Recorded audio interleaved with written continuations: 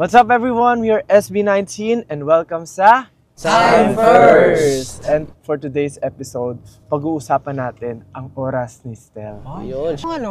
Kasi pag wala kang oras, may oras ka, tapos ang dami mong oras, tapos wala kang ginagawa, doon ka nag-iisip ng mga... Overthink. Yan napansin ko eh. Kaya yung mga tao away na away kasi maraming oras para mag-isip. Ayun, parang gusto ko malaman na if in-spend mo yung time mo na maggala, pumunta sa kung saan-saan, parang paano mo na-feel yung happiness? Sa ganon?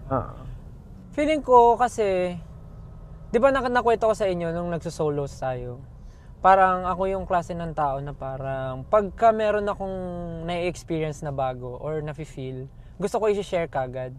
So parang pag lumalabas ako, gumagala or alam mo na, pupunta sa bagong lugar, yung feeling na ganon, gusto ko kagad siyang nalalabas, nakikwento. So somehow, yun siguro yung outlet ko na nare-release ko yung mga ganong bagay. And nafe-feel ko yung pagka-free nung oras ko mismo. Kasi kahit naman sabihin natin na umuwi tayo sa bahay, free time natin. Actually, hindi eh. Kasi naglilinis tayo ng bahay, may mga ginagawa tayong personal things, may mga inaayos na mga kanya-kanyang negosyo natin, mga ganun. Pero yung totoong free time talaga natin is yung time na wala tayong iniisip. Parang ano nga eh, no? Yung pag nakikita kita, pag na ano ko, parang sinasabi ni Pao, napaka chill mo lang. Ano yung time is now ata yung sinabi mo eh, no? Time is now. Lagi siyang he's living in the present. Oo, parang gano'n. Nakalimutan ko na sinabi ko. Oo, sinabi mo, naalala ko. Oo, sabi ng time is inaalala now. ko. Sabi ko, medyo ganun nga yung ano ni Stel. Pero malaki nga yung nakita ko ring parang pagbabago Malaki sa nga. ano mo, sa mindset mo. Oo, malaki nga. Tumata. Kasi nga 'di ba, kahit yung emotional Intelligence. Parang sobrang nagbago. Feeling ko hindi lang sa hindi lang sa experience eh. Feeling ko sa mga kasama rin sa inyo. Kasi parang nakwento ko nga to dati. Normally, nung trainee tayo, 'di ba pagpasok ko minsan, ang gulo ko kagad, nagbibiro kagad ako. Hindi naman yung tipo pagpasok. Hindi naman ganoon. I mean, pagpasok ko, pinapakita ko kagad na andun yung presence ko na parang, nandito na si Stel, pwede na tayo mag-ingay. Parang ganoon ako dati nung trainee. Pero nung, doon na. Ay, ang bilis ng attention span. Anyways, tapos nung tumagal na tayo as SB19, parang doon ko natutunan na parang i-read yung room muna.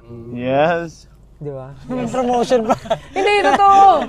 I-read yung room, parang, syempre kahit naman ako, sa sarili ko, pagising ko sa umaga, what a beautiful day, I wanna be energetic, I wanna be the happy feel of everyone, kahit isipin kong ganun. Pero hindi naman lahat ng tao, same mindset, or same ganun yung pagising ng umaga, merong pagising nila, hindi pala okay mood nila. So parang, ako, pagka nagkikita-kita tayo, chinecheck ko muna kung ano mood ng mga tao.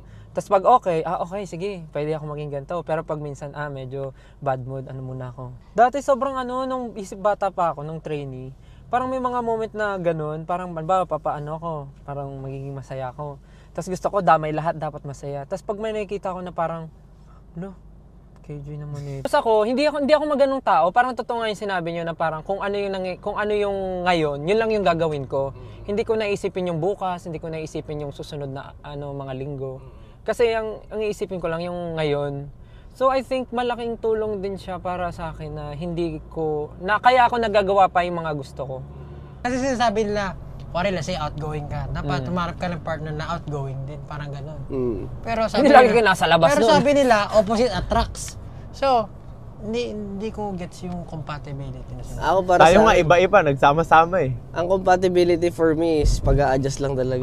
Parang pag-a-adjust talaga. Willingness. Kung willing ka mag-adjust doon sa tao at willing rin siya mag-adjust doon sa... Pero, alam mo yun? Lalo na magkakaiba yung beliefs tayo. Katulad ka na sabi ni tayo nga eh. Tumagal. Paano living the present? Siyempre kung parang kung ano lang yung mo meron. na medyo kinakabahan ka na sa future mo na. Pero alam mo, di ko inisip future ko nun. Dati? Hindi. Bakit? Kasi iniisip ko...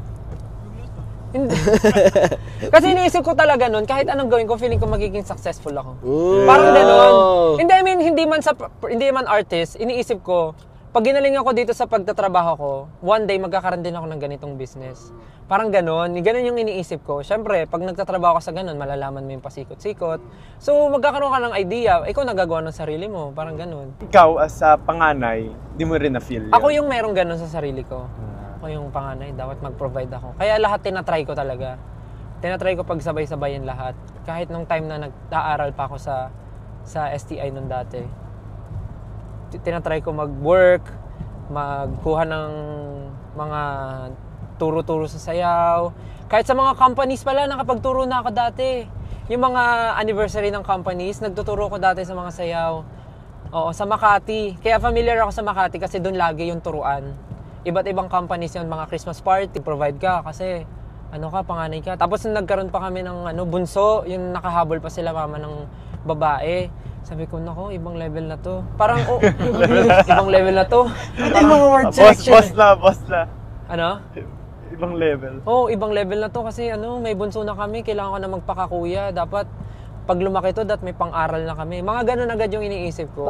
Paano ba yung dynamics nyo ngayon? Kung okay lang tanongin. Kami? Ikaw ba, ka? Provider. Talagang full-fledged, ganon, lahat sa lahat? Kasi di ba dati yung tita ko? Pero since lumaki na rin yung family ng tita ko, 2 na yung anak niya sa Japan. Tapos nawala na yung business niya. Parang nag-work siya ngayon. As employee, wala na yung business niya. Talaga? So parang nagsabi siya sa akin na parang hindi niya na kaya. Kasi parang kasi yung kinikita niya pang sa kanila ng family. So dahil naman okay tayo as SB19. So ako na yung umako parang sige ako na lahat like. Pero yung sa kuwari, di ba yung may mga business, parang kahit pa paano nasusustain naman.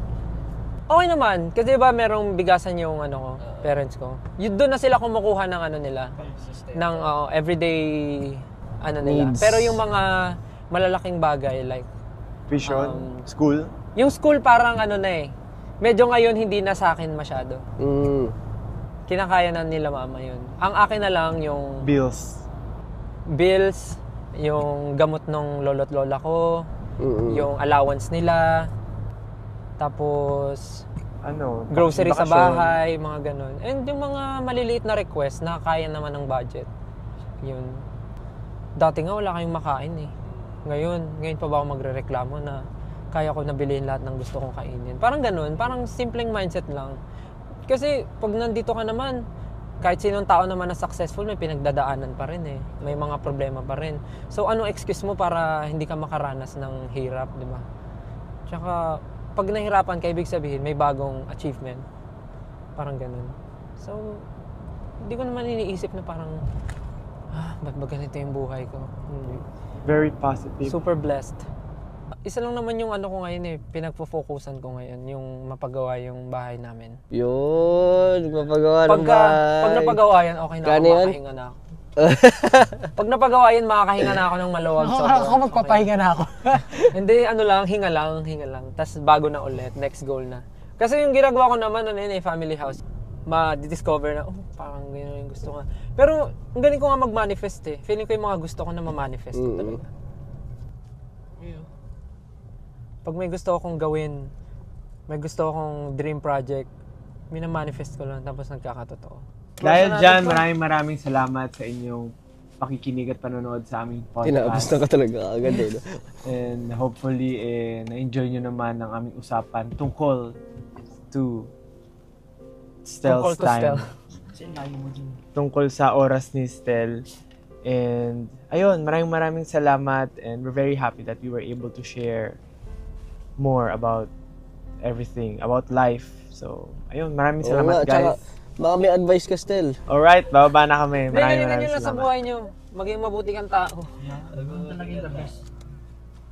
Game. Alright, pare, maraming salamat. Time first.